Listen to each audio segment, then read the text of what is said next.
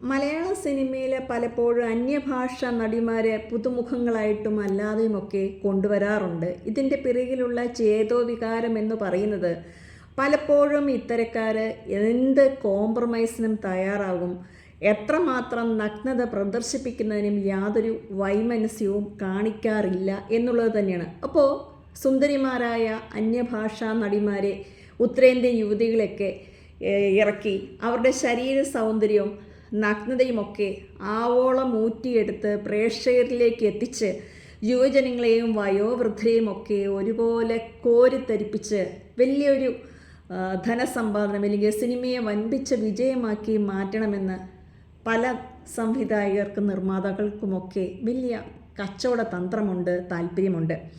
ഇങ്ങനെ മലയാള സിനിമയിൽ തൻ്റെ നഗ്നത ആവോളം പ്രദർശിപ്പിച്ച് മലയാള സിനിമയിൽ നിറഞ്ഞു നിൽക്കണമെന്ന് ആഗ്രഹിച്ച് കടന്നു വന്ന, എന്നാൽ മലയാള സിനിമയിൽ 2-3 ചിത്രങ്ങൾ അഭിനയിച്ചതിന് ശേഷം ഒന്നും ആവാതെ കടന്നു പോകേണ്ടി വന്ന ഒരു നടിയുണ്ട്.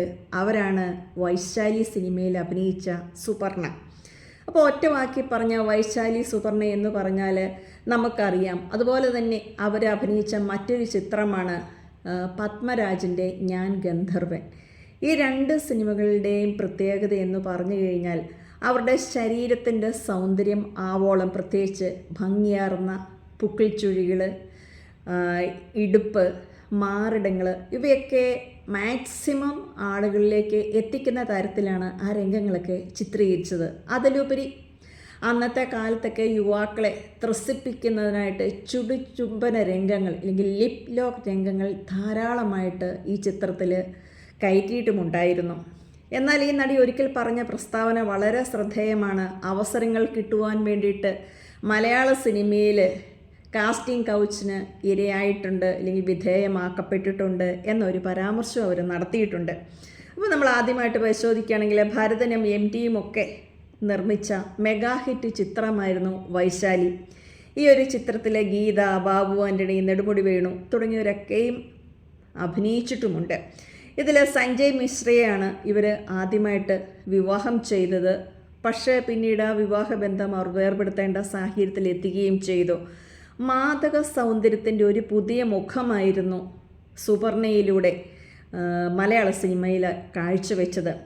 സെക്സ് ചിത്രീകരിച്ച് കാശുണ്ടാക്കുന്ന കച്ചവട തന്ത്രത്തിൽ മുന്നിട്ട് നിന്ന ഒരു വ്യക്തിയായിരുന്നു ഭരതന്, IV ശശി തുടങ്ങിയവരൊക്കെ. ഈ ഒരു കൂട്ടുകെട്ടിലേക്ക് പിന്നീട് വന്ന, അല്ലെങ്കിൽ ഇത്തരത്തിലുള്ള ചിത്രങ്ങൾ സംവിധാനം ചെയ്യാൻ പിന്നീട് കടന്നു വന്ന ഒരു വ്യക്തിയാണ് നമ്മുടെ പത്മരാജൻ. എന്തായാലും യുവാക്കളെയും കുടുംബ പ്രേക്ഷകരെയും ഒരുപോലെ പിടിച്ചിരുത്തിയ ഒരു ചിത്രമായിരുന്നു വൈശാലി.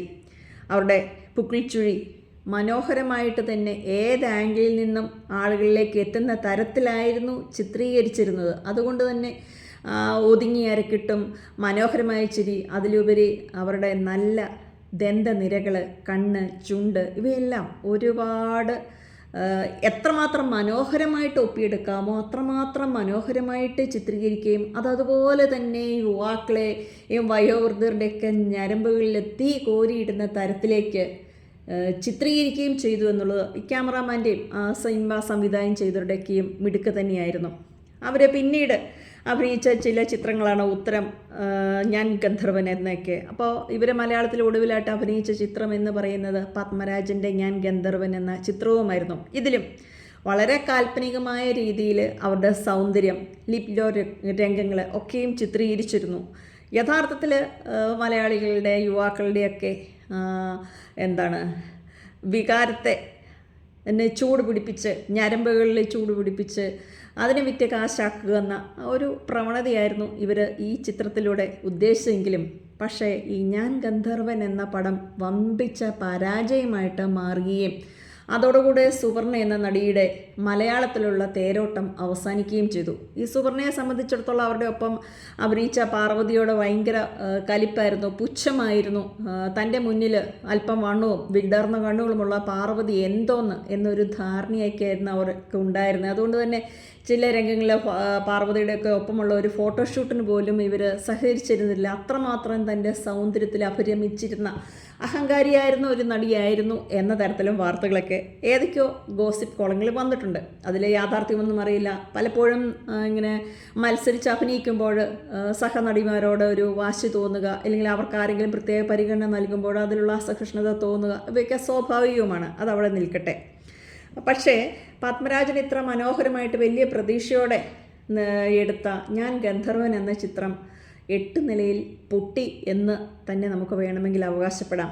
മാത്രമല്ല, ഈ ഒരു ചിത്രവുമായിട്ട് ബന്ധപ്പെട്ട അദ്ദേഹം ഉദ്ദേശിച്ച വിജയം നേടാൻ കഴിയാത്തത് അദ്ദേഹത്തിന് ചില മാനസിക പ്രയാസങ്ങളുണ്ടാക്കി വലിയ ബാധ്യതയിലേക്ക് നയിച്ചു എന്ന തരത്തിലുള്ള പരാമർശങ്ങളുണ്ട്. മറുവശം പറയുന്നത് ഈ ഞാൻ ഗന്ധർവൻ പോലെയുള്ള ചില ചിത്രങ്ങൾ ചെയ്യുമ്പോൾ അസ്വാഭാവികമായ രീതിയിലുള്ള ചില അനുഭവങ്ങളിലൂടെ അദ്ദേഹം കടന്നുപോയി എന്നും അദ്ദേഹത്തിൻ്റെ പോസ്റ്റ്മോർട്ടം റിപ്പോർട്ടിൽ തന്നെ ചില പ്രത്യേക അസ്വാഭാവികതകൾ കണ്ടിട്ടുണ്ട് എന്നും പോസ്റ്റ്മോർട്ടം നടത്തിയ ഡോക്ടർ അവകാശപ്പെട്ടിട്ടുണ്ട്.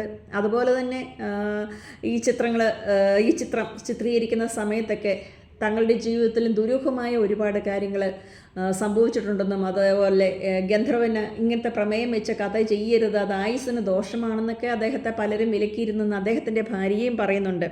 ഇനി ഇതിൻ്റെ സാമ്പത്തികമായ രീതിയിലുണ്ടായിരുന്ന തകർച്ച, അല്ലെങ്കിൽ പത്മരാജൻ ഉദ്ദേശിച്ചാൽ ഇത് വമ്പിച്ച വിജയമായിട്ട് മാറാത്തതിന് കാരണമായത് എന്ന് പറയുമ്പോൾ, സുവർണയുടെ ചിത്രങ്ങൾ തിരുവനന്തപുരത്ത് ഒരു തിയേറ്ററിൽ അതിമനോഹരമായിട്ട് പ്രദർശിപ്പിച്ചുകൊണ്ടിരിക്കുമ്പോൾ തൊട്ടടുത്ത തിയേറ്ററുകളിൽ ഇവർ ആദ്യകാലങ്ങളിൽ സിനിമയിൽ അവസരം നേടാൻ വേണ്ടിയിട്ടൊക്കെ അഭിനയിച്ച ചിത്രങ്ങൾ, അതായത് ഹിന്ദി ചിത്രങ്ങളിൽ ഇവർ നമ്മുടെ ഷക്കീലയൊക്കെ സിൽക്കിനെയൊക്കെ തോൽപ്പിക്കുന്ന തരത്തിലുള്ള നഗ്നരംഗങ്ങൾ, ചൂടൻ രംഗങ്ങളിലൊക്കെ അഭിനയിച്ചിരുന്നു. ഈ ചിത്രങ്ങളൊക്കെ അതേ സമയം തന്നെ, അതായത് ഞാൻ ഗന്ധർവൻ എന്ന ചിത്രം തിയേറ്ററിൽ ഓടിക്കൊണ്ടിരിക്കുന്ന അതേ സമയത്ത് തന്നെ ആളുകൾ ഇവരുടെ നഗ്നത കാണാനും ലിപിലോ രംഗങ്ങൾ കാണാനൊക്കെ എത്തുമെന്ന് പ്രതീക്ഷിച്ചപ്പോൾ ഇവരുടെ ന്യൂഡ് എന്ന തരത്തിൽ പറയാവുന്ന തരത്തിലുള്ള, വിശേഷിപ്പിക്കാവുന്ന തരത്തിലുള്ള ചിത്രങ്ങൾ മറ്റ് ചില തിയേറ്ററുകളിൽ വ്യാപകമായിട്ട് പ്രചരിച്ചു. സ്വാഭാവികമായിട്ടും സുവർണ എന്നുള്ളത് ഒരു നീലചിത്ര നടിയായിട്ടൊക്കെ കുറേ ആളുകൾ വ്യാഖ്യാനിച്ചു. ഇവരുടെ ചിത്രങ്ങൾ കുടുംബസമേതം പോയി കാണാൻ പറ്റില്ല എന്ന തരത്തിലുള്ള ഒരു കാഴ്ചപ്പാടുണ്ടായി. എന്നാൽ യുവാക്കളെയൊക്കെ സംബന്ധിച്ചിടത്തോളം ഈ ചിത്രം കാണുന്നതിന് പകരം ഇവർ ആദ്യം അഭിനയിച്ച ഹിന്ദി ചിത്രങ്ങളൊക്കെ പോയി കണ്ടു. അപ്പം സുവർണ എന്ന നടിയുടെ അംഗലാവണ്യവും ആ നടിയുടെ അവരെ കാണാൻ ആഗ്രഹിച്ചതെല്ലാം അതോടുകൂടി കണ്ടു. അതോടുകൂടി നമ്മുടെ പത്മരാജൻ്റെ ചിത്രം ഉദ്ദേശിച്ച പോലെ ഓടിയില്ല. ഒരു തരത്തിൽ പറഞ്ഞു കഴിഞ്ഞാൽ ബ്ലൂ ഫിലിമിലൊക്കെ അഭിനയിക്കുന്ന തരത്തിലുള്ള ഒരു പ്രകടനമായിരുന്നു അവർ സിനിമയിൽ അവസരം കിട്ടാൻ വേണ്ടിയിട്ടൊക്കെ നിന്നത്. അപ്പോൾ സിനിമയിൽ ആദ്യകാലത്ത് എങ്ങനെയും കയറിപ്പറ്റുക, പേരും പ്രശസ്തിയും നേടുക, അതിനു വേണ്ടിയിട്ട് എന്ത് വിട്ടുവീഴ്ചയ്ക്കും തയ്യാറാകുക, അല്ലെങ്കിൽ മാക്സിമം കോംപ്രമൈസിന് എന്തൊക്കെ സാഹചര്യങ്ങൾ തയ്യാറാകേണ്ടി വരുമോ ആ ഒരു സാഹചര്യങ്ങളിലൂടെയൊക്കെയും കടന്നു പോവുകയും അത്തരത്തിലുള്ള എല്ലാ കാര്യത്തിനും വിട്ടുവീഴ്ചയ്ക്ക് തയ്യാറാകുകയും ചെയ്ത ഒരു നടിയാണെന്ന് നമുക്ക് തോന്നിപ്പിക്കുന്ന തരത്തിലുള്ള ചിത്രങ്ങളാണ് അക്കാലത്തൊക്കെ സുവർണയുടേതായിട്ട് വെളിയിൽ വന്നിരുന്നത്. എന്തായാലും ഈ ഒറ്റ കാര്യത്തോടു കൂടി മലയാളത്തിൽ വലിയ പ്രതീക്ഷയോടെ വന്ന സുവർണയ്ക്ക് പ്രേക്ഷകരുടെ ഇടയിലുണ്ടായിരുന്ന ഡിമാൻഡ് അങ്ങ് നശിച്ചുപോയി. കാരണം നമ്മളെപ്പോഴും സദാചാര നിരതരാണല്ലോ. മലയാളികളെ സംബന്ധിച്ചിടത്തോളം ആദ്യം ആരെങ്കിലൊക്കെ നടിമാരെ പൊക്കിപ്പിടിക്കും, അവരുടെ ഏതെങ്കിലുമൊക്കെ ന്യൂഡ് രംഗങ്ങൾ അല്ലെങ്കിൽ ചുംബന രംഗങ്ങൾ, ശരീരമൊക്കെ കാണാൻ വേണ്ടിയിട്ട് നമ്മൾ കൊതിക്കും. പക്ഷേ എവിടെയെങ്കിലുമൊക്കെ ഒരു സിനിമയിൽ അത് കണ്ടു കഴിഞ്ഞാൽ ഉടനെ നമ്മുടെയൊക്കെ മനസ്സിൽ ഇരട്ടത്താപ്പ് കടന്നു, അവൾ വെറുതെ മോശം നടിയാണ്, നമുക്ക് അവളുടെ കാണാനുള്ളതെല്ലാം കണ്ട് ആസ്വദിച്ചതിന് ശേഷം വരുന്ന ഒരു കാഴ്ചപ്പാടാണ്. ഇതാണ് സുവർണയുടെ കാര്യത്തിൽ സംഭവിച്ചത്.